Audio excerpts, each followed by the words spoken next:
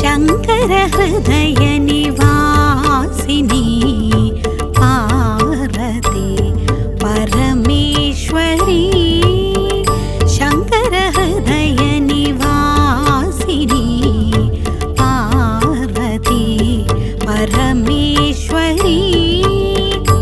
जय जगन्माता देवी बगलामुखी। ओं ह्रीं बगलामुखी सर्वदुष्टानां वाचं मुखं पदं स्तंभय जिह्वांकीलय बुद्धिं विनाशय హ్రీం ఓం స్వాహ। బగళాముఖీ దేవి ఆరాధన పూజలన్నీ కూడా తాంత్రిక విధానుసారం చేయవలసి ఉంటుందని ఇదివరకే నేను చెప్పటం జరిగింది, మీరు విన్నారు కూడా। తాంత్రిక విద్యల గురించి చాలా మందికి చాలా మూఢనమ్మకాలున్నాయి। తాంత్రికమంటే చేతబడి చేసేది, దుర్మంత్రవాదం అలా అని అనుకుంటూ ఉంటారు। అలాంటిదేం లేదు। పూజా విధానాలు వచ్చి 3 విధాలుగా ఏర్పాటు చేశారు। 1 వైదికం, 2 ఆగమం, 3 తాంత్రికం। ఈ 3 విధాలుగా పూజా విధానాలు ఉన్నాయి। ఏంటంటే మనకు ఈ దేశంలో వచ్చి మనుషుల్ని రక్షించగలిగే వైద్యం 3 విధాలుగా ఉంది కదా। సాధారణంగా చెప్పాలంటే హోమియోపతి, ఆయుర్వేదం, అలోపతి। ఇవి మనుషుల యొక్క ఆరోగ్యానికి సంబంధించినవి కదా। అదేవిధంగా మనుషులందరికీ ఆధ్యాత్మికంగా అవసరమైనటువంటివి ఆగమ శాస్త్రం, వైదిక శాస్త్రం, తాంత్రిక శాస్త్రం। తాంత్రిక శాస్త్రం అనబడే 3 పూజా విధానాలు। ఈ 3 పూజా విధానాలలో మహత్తర శక్తివంతమైన పూజా విధానం ఈ తాంత్రికం। కేరళలో శబరిమల, గురువాయూర్ ఇలాంటి మహాపుణ్యక్షేత్రాలలో నిర్వహించే పూజా విధానం తాంత్రికమే। అది ఎలా మోసమైన పూజా విధానం? కొన్ని క్షేత్రాల్లో తాంత్రికాన్ని బ్యాన్ చేయమని అంటున్నారని విన్నాను। అదంతా కూడా తాంత్రిక విధానం ఏమిటో వివరంగా తెలియకపోవటం వల్లే। కానీ ఇప్పుడు చాలా క్షేత్రాలలో మోసపూరిత ఆచార్యులు చాలామంది కనపడుతూనే ఉంటారు। దుర్మంత్రవాదం, బ్లాక్ మ్యాజిక్। ఇందులోనే మీరందరూ కూడా వినే ఉంటారు కదా, ఆ టీవీల్లో అక్కడ వస్తూనే ఉంటాయి, నరబలి చేసేశారు అని। అవునా కదా? ఇలాంటివన్నీ దుర్మంత్రవాదులు చేస్తారు। దుర్మంత్రవాదం దీనికి తాంత్రికానికి సంబంధమే లేదు, అది వేరే విధానం। అది విధి కాదు, దాన్నొక పిచ్చితనమని చెప్పవచ్చు। మాంత్రికులు చేసేటువంటి పూజా విధానం అది। తాంత్రికం వచ్చి సాక్షాత్తు మహాదేవుడైనటువంటి పరమశివుడు స్వయంగా మనకు ఇచ్చినది। అంటే మహాదేవుడు భైరవుడు అనే ఋషివర్యుణ్ణి పిలిచి ఆ భైరవునికి మహాదేవుడు ఇలా చెప్పాడు।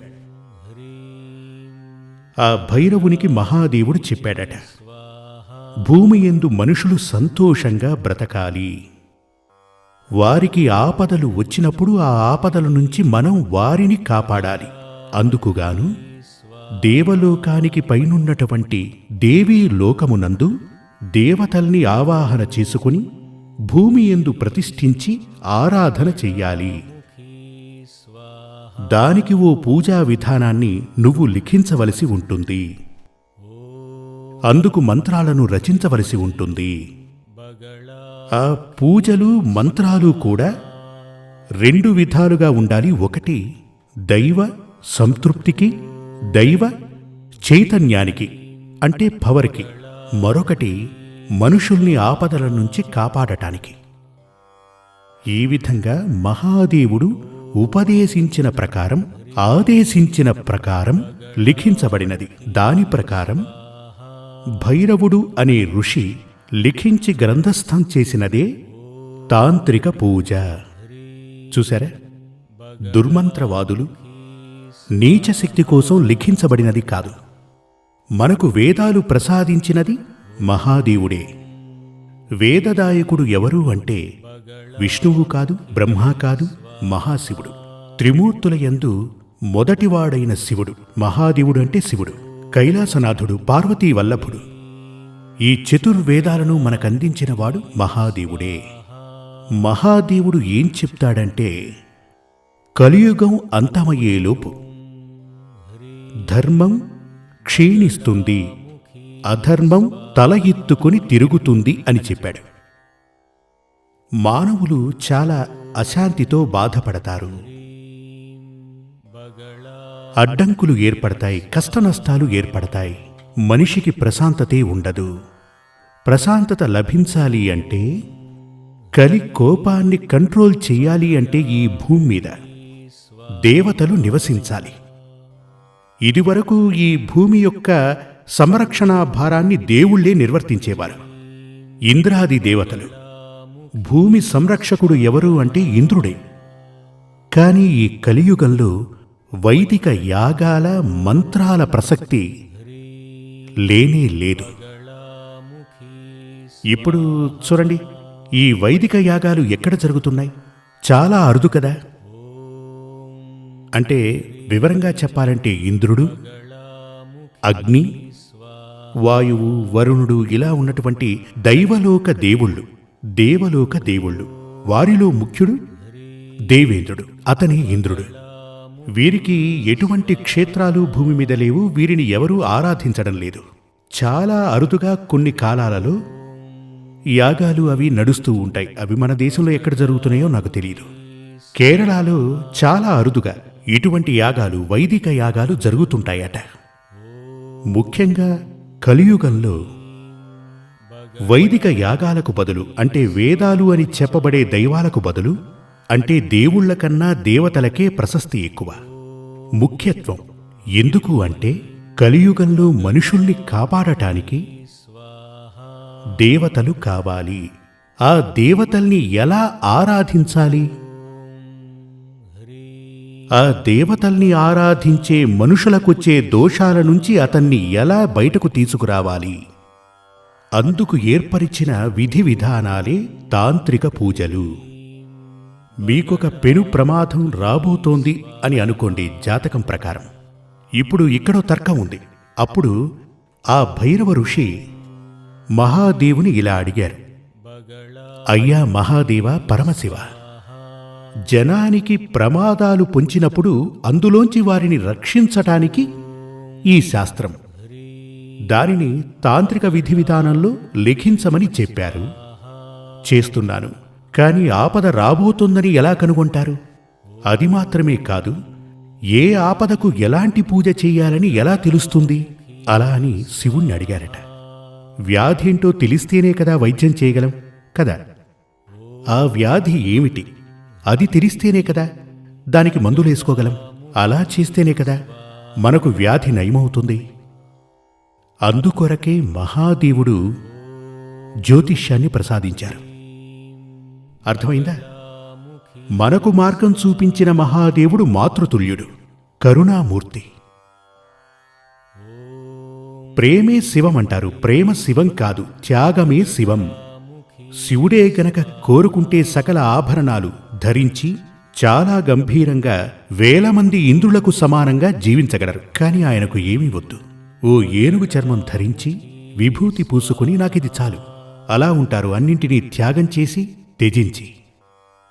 అటువంటి మహాదేవుడు, కరుణాభరణాన్ని ధరించిన మహాదేవుడు ప్రసాదించినదే ఈ తాంత్రికం, జ్యోతిష్. అటుపై మహాదేవునికి కుమారుడైనటువంటి సుబ్రహ్మణ్య భగవానుడు జ్యోతిష్యంలో కొన్ని మార్పులు చేశారట. జ్యోతిష్యంలో కొన్ని కొత్తవి కనుక్కోవటం జరిగింది. ఏది ఏమైనా వీటన్నిటికీ అధిపతి అని చెప్పబడేవారు మహాదేవుడు. అందుచేతనే లోక గురువు, దక్షిణామూర్తిగా కీర్తింపబడ్డారు. లోకానికి గురువెవరు? దక్షిణామూర్తి. ఆ దక్షిణామూర్తే సాక్షాత్తు మహాశివుడు. మహాదేవుడు ప్రసాదించినదే తాంత్రికం. తాంత్రిక విధి పూజలు అంటే చాలా శక్తివంతమైన పూజలు. ఆగమ శాస్త్రానుసారము, వైదిక శాస్త్రానుసారము నమశివాయ అనే మంత్రాన్ని జపిస్తున్నప్పుడు నమశివాయ అలా అంటాం, పంచాక్షరాలు. అదే తాంత్రికంలోకొస్తే ఓం హ్రీం నమశివాయ బీజాక్షరాలు చేరుతాయి, శక్తివంతమవుతాయి. ఇదే విధంగా ఒక్కో మంత్రానికి బీజాక్షరాలు కలిసినప్పుడు అది మహాశక్తివంతమవుతుంది. బీజాక్షరాలు కలిసినటువంటి మంత్రాలు ఉన్నవి తాంత్రికంలోనే. మనకు దోషముంది అనుకుంటే గనక ఆ దోషానికి పరిహారం చేయాలనుకుంటే తాంత్రిక పూజా విధానం వల్లే అవుతుంది. ఇప్పుడు మీరు ఇల్లు కట్టారనుకోండి, ఆ ఇంటిలోకి గృహప్రవేశం అది చేయడానికి పూజలవి చేస్తుంటారు కదా, దానికి వైదిక పూజ చాలు. గణపతి హోమం చేయొచ్చు, నవగ్రహ హోమం చేయొచ్చు, లక్ష్మీ పూజ చేయవచ్చు. ఇదంతా కూడా తాంత్రికంలోనే చేయాల్సిన అవసరం లేదు, వైదికంలోనూ చేయొచ్చు. క్షేత్రాలు అంటే తమిళనాడులో చాలా రకాల క్షేత్రాలు కట్టి విగ్రహ ప్రతిష్ఠ చేసి ఆరాధన అవి చేస్తుంటారు కదా, వారు ఆరాధన చేసేది ఆగమ శాస్త్ర విధి విధానుసారం. ఇక కేరళలో ఉన్న ముఖ్య క్షేత్రాలలో, అక్కడున్నటువంటి అన్ని క్షేత్రాలలో అని చెప్పవచ్చు, అక్కడంతా కూడా తాంత్రిక విధానుసారమే పూజలు చేస్తుంటారు. తాంత్రిక విధానుసారం చేసే పూజకు శక్తి ఎక్కువ. అందుచేతనే తాంత్రిక విధానం, తాంత్రికం అంటే చేతబడి చెయ్యటం, దుర్మంత్రవాదం, ఇటువంటి భావన మానుకోండి. ఎందుకంటే తాంత్రికం చేతబడో దుర్మంత్రవాదమూ కాదు. కానీ కొందరు వచ్చి తాంత్రికంలో రెండు నేను ఇదివరకే చెప్పాను కదా, ఒకటి దైవ ప్రీతి కోసం, అంటే దేవుణ్ణి ఆవాహన చేసుకుని ప్రతిష్ఠించి ఆరాధించే పూజా విధానాలు కలది. మరొకటి మనుషులకు రాబోవు దోషాలను రాకుండా చేయటానికి, వచ్చిన దోషాలకు ఉపశమనం కలిగించటానికి చేసేది. ఇది కూడా తాంత్రికమే. ఇదే కాకుండా ఆ భైరవ మహర్షి లిఖించునప్పుడు 2 గ్రంథాలుగా లిఖించారట. ఒకటి భైరవ తంత్రం, మరొకటి కపాల భైరవ తంత్రం. భైరవ తంత్రం అనగా కేరళలో తంత్రివర్యులు అంటుంటారు కదా, అక్కడి క్షేత్రాలలో పూజలు నిర్వహించువారు వీరే. తాంత్రికాన్ని పఠించిన వారు తంత్రి. తంత్రి అని ఎవరినంటారు? తాంత్రికాన్ని క్షుణ్ణంగా పఠించిన వారినే తంత్రి అంటారు. అంటే తాంత్రికంలో చాలా లోతుగా, ఉద్దండులు అని కూడా అనవచ్చు, వారే తంత్రి. అంటే దుర్మంత్రవాదులని అర్థం కాదు, దుర్మంత్రాలు చదివినవారు కాదు. ఈ కపాల భైరవ తంత్రం నుంచే, అంటే కాలం గడిచే కొద్దీ జనాలందరూ కలిసి దానిని దుర్వినియోగం చేశారు. దుర్మంత్రవాదులు చాలామంది ఉన్నారు, కానీ అది వచ్చి చాలా అరుదుగా, దాన్ని చదివి ప్రయోగించిన వారు చాలా అరుదుగా ఉన్నారు. కానీ ఈ భైరవ తంత్రం అని చెప్పబడేది ఖరాఖండిగా, తాంత్రిక విద్య అని చెప్పబడేది ఖరాఖండిగా క్షుద్ర పూజలు, దుర్మంత్రవాదం కాదు. కేరళలోని మహాక్షేత్రాలలో నిర్వహించున్నది తాంత్రిక పూజలే. అందుచేత తాంత్రికం అనగానే భయపడాల్సిన అవసరం లేదు. ఒక వ్యాధి వచ్చినప్పుడు హోమియోపతి మందు తీసుకోవచ్చు, ఆయుర్వేద మందుని తీసుకోవచ్చు, రోగం నయం కావటానికి అలోపతి మందు తీసుకోవచ్చు. కానీ మీకు శీఘ్రంగా నయమయ్యేది ఏది? మీరే చూసుకోండి. శీఘ్రంగా మనం కోలుకునేదేది? మీకొక జ్వరం వచ్చింది, తీవ్రమైన అనారోగ్యం వచ్చింది. ఆ వ్యాధి హోమియోపతి వల్ల త్వరగా నయమవుతుందా, ఆయుర్వేదం వల్ల త్వరగా నయమవుతుందా, అలోపతి వల్ల త్వరగా నయమవుతుందా? అలోపతి తీసుకుంటేనే కదా మనకు త్వరగా నయమవుతుంది. అదేవిధంగా అన్ని పూజా విధానాలకు ఫలం ఉంటుంది, లేదని కాదు. కానీ శీఘ్రముగా మనకు ఫలాన్ని అందించేది తాంత్రికమే. ఎందుకు అంటే పూర్వపు రోజుల్లో, ద్వాపర యుగం నుంచి ఇప్పటి వరకు మనుషులందరికీ ఆయుష్ చాలా తక్కువ. శ్రీకృష్ణ భగవానుడు 120 సంవత్సరాలు బ్రతికారని మనకు తెలుసు. మనకు తెలుసా లేదా? మీకు తెలుసో తెలీదో కానీ నాకు తెలుసు. దీనిని మన గ్రంథాలలో చెప్పటం జరిగింది. అంటే దానికి ముందు త్రేతాయుగంలో పలు లక్షల సంవత్సరాలు బ్రతికారని చెప్తూ ఉంటారు శ్రీరాముని కాలం నాటి జనాలు. ఇప్పుడు మనందరికీ ఆయుష్ తక్కువే. కావాలంటే మీరే ఒకసారి ఆలోచించండి. ఇప్పుడు 100 సంవత్సరాలు బ్రతికిన మనుషులున్నారా? చాలా అరుదు కదా. సరాసరిన మన వయసు ఎంతుంటుంది? ఓ 80 ఏళ్ళు చెప్పచ్చా? ఆలోపే ఊహించని వ్యాధులు మనకొస్తుంటాయి కదా. అంటే మన ఆయుష్ తక్కువగా ఉన్న ఈ కాలంలో ఒక వ్యాధి వచ్చిందంటే, ఓ ప్రాబ్లం వచ్చిందంటే, ఒక సమస్య తలెత్తిందంటే 5 సంవత్సరాల వైద్యం పనికిరాదు. త్వరగా మనం అందులోంచి బయటపడాలి. మళ్ళీ మనం ఆరోగ్యవంతులం కావాలి, ధనభాగ్యం కలగాలి, సంతోషంగానూ సుఖంగానూ బ్రతకాలి. అలా జరగాలి అంటే తాంత్రిక పూజలే చేయవలసి ఉంటుంది దోష పరిహారానికి. అందుచేత వైదికానికో ఆగమానికో శక్తి లేదు అని నేను చెప్పట్లేదు. తప్పకుండా మహత్తర శక్తి ఉంటుంది. కానీ ఎప్పుడూ కూడా దోషాలంటూ తలెత్తితే దైవప్రీతికి ఈ 3 పూజల్లో ఏ పూజైనా చేయవచ్చు. కానీ అపూర్వమైన కొన్ని మూర్తులకు, మూర్తి అనగా ఈశ్వర శక్తి, అటువంటి మూర్తులకు, బగళాముఖీదేవి అమ్మవారికి, బగళాముఖీదేవికి ఎటువంటి పూజా విధానాలు చెయ్యరు. చెయ్యకూడదు అంటారు, తాంత్రిక పూజలే చెయ్యాలట. అలా అని విధి విధానముంది. కానీ చాలా ముఖ్యమైనటువంటి పలు మూర్తులకు తాంత్రికంలో చేస్తే గనక, పూజా విధానాలు తాంత్రికంలోనే చేస్తే గనక చాలా శక్తి, శీఘ్రంగా మనకు ఫలం లభిస్తుంది. మనం దైవ పూజలు చేసేది అందుకేగా. మన దుర్దశ పోవాలి, మన జీవితం ఆనందంగా ఉండాలి, అందుకేగా. అంటే శీఘ్రంగా మనకు ఫలం లభించాలి అంటే, దోష శమనం కలగాలి అంటే ప్రశాంతత, సంతోషం ఉండాలి. ఈ విధంగా మనిషి సంతోషం కోసం ఈ యోగాలన్నీ మనకు సిద్ధించడానికే ఆ మహాదేవుడు ప్రసాదించినదే తాంత్రిక పూజ. ఈ తాంత్రిక పూజలకు భయపడక్కర్లేదు. అది చేతబడో బ్లాక్ మ్యాజిక్కో కానే కాదు. కానీ చేతబడి బ్లాక్ మ్యాజిక్ అంటూ ఏదైనా ఉంటే దాన్ని మార్చాలంటే తాంత్రిక విద్యే కావాలి, వేరే ఏ పూజ వల్ల కాదు. అంటే సర్జరీ చెయ్యాలి అంటే ఆపరేషన్, కొన్ని వ్యాధులకు, కొన్ని అనారోగ్యాలకు ఆపరేషన్ చేయాలి అంటారు కదా. ఆలోచించి చూడండి. ఈ ఆపరేషన్ ట్రీట్మెంట్ వచ్చి హోమియోపతిలో లేదు, ఆయుర్వేదంలోనూ లేదు. సర్జరీ అనేది ఎందులో ఉంది? అలోపతిలోనే కదా. అంటే సర్జరీ చేసి మన వ్యాధిని నయం చేసినట్లుగా తాంత్రికంలోనే అటువంటి మహత్తర పరిహారాలు ఉన్నాయి అని చెప్తున్నాను.